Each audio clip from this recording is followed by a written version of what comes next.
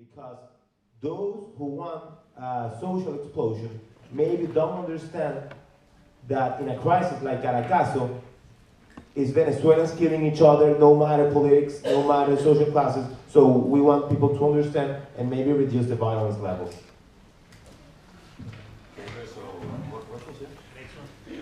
Hello guys, how's it going?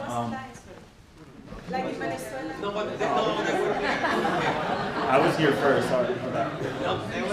First of all, I want to thank the University of Columbia for allowing us to have a place where we can exchange ideas and grow as a collective consciousness. So thanks for the university for allowing us this space. I'm going to try to be as quick as I can, all right? I'm going to read one thing in English and then in Spanish so I can hear the thoughts of Alfredo, Rafe, and Juan. And then I have a couple questions for Daniel Wilkinson, all right? So I'm going to try as quick as I can.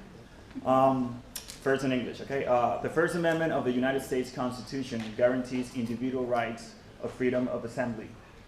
Under the common law, when 3 or more individuals assemble for an illegal purpose, like the breach of public space, will be considered as a constitutional violation.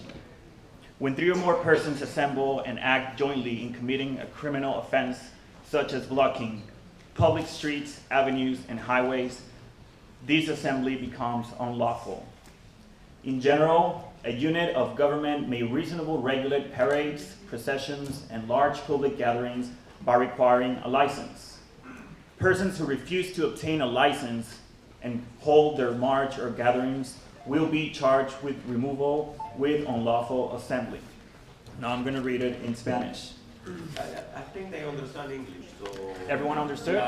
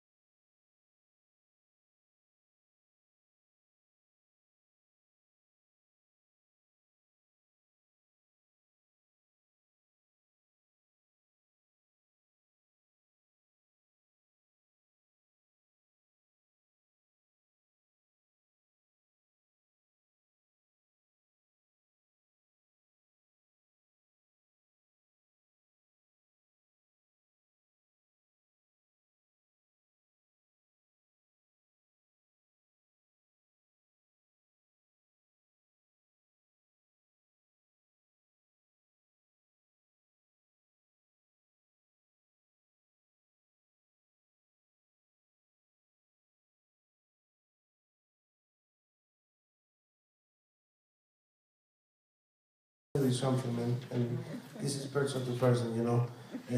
I think you may be some revolutionary. I am also too, you know. But, and I want to tell you something. I have 3 years of student movement president, and well, when I won the elections, you know, I was the candidate that was counting against Chavism. You know, Hugo Chavez, he put his hand up to the chief of shooters of the university. And I was also fighting against opposition candidate because it wasn't me, their candidates. So I won. But you know something also too, in Latin America the student movement are very irreverent, you know, and we also have a lot of kind of protest. But the only thing that we're not going to accept is, I think, I don't know you, but I'm sure of this, that any block of the street, any burned tire, or even any mask deserves that the government respond that with a headshot, you know. That is very dangerous for the country.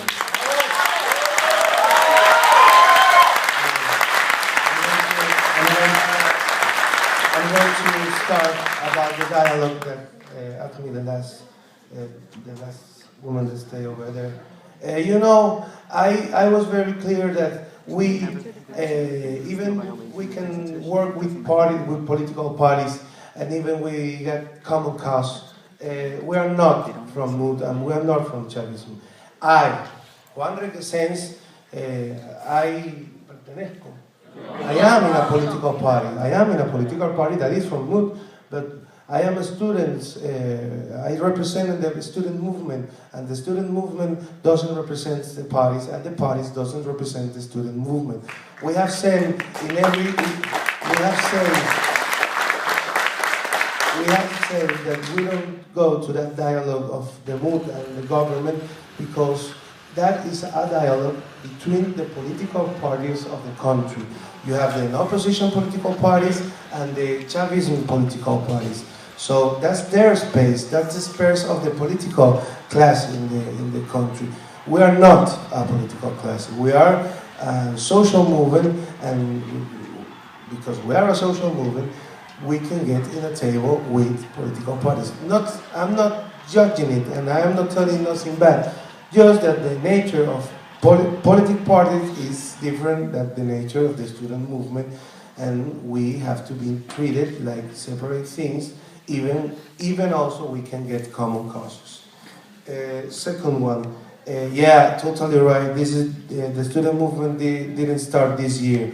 The student movement is fighting in Venezuela since 1928. The